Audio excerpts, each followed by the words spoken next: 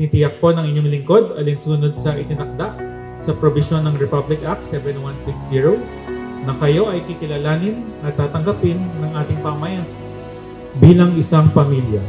Kalakip ang dalangin ng bawat isang narito na kayo ay pagpalain ng Panginoong Diyos, gabayan at tulungan, bigyan ng masaganang buhay sa punang inyong mga magiging supling, at tulungan kayong matupad sa tungkulin at pananagutan ng mga Every day with you is magic.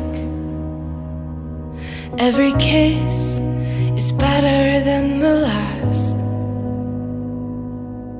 It's a home I've never known, a place I know will last.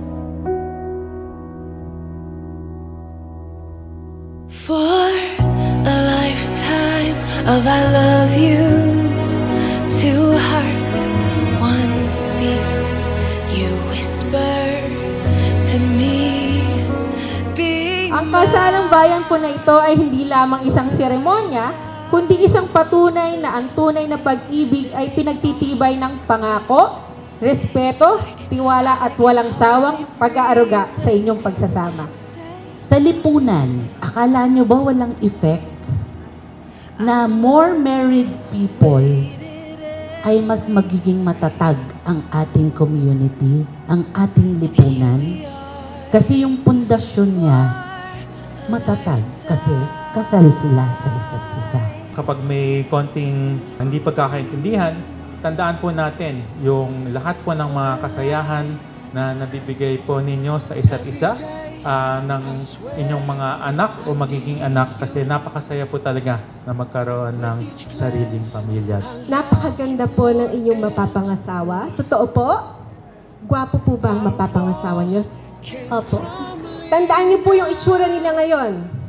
Kasi 2 years from now, 3 years from now, 10 years from now, kung ano po yung itsura nila, yun po ay dahilan nung kung paano nyo po sila inalagaan. Tandaan niyo po yan.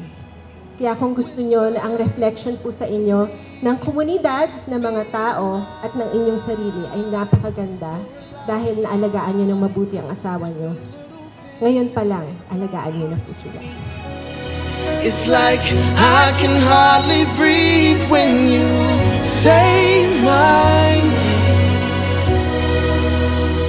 I know we've waited and we've prayed for a lifetime. I'll love you, two hearts, one beat. You whisper to me, be mine for a lifetime. It's the little things that make our hearts meet. It's like I can hardly breathe. Pero alam niyo po ba, ang araw na to, hindi po tayo ang pinakamasaya. Hindi po yung asawa niyo, yung ninang.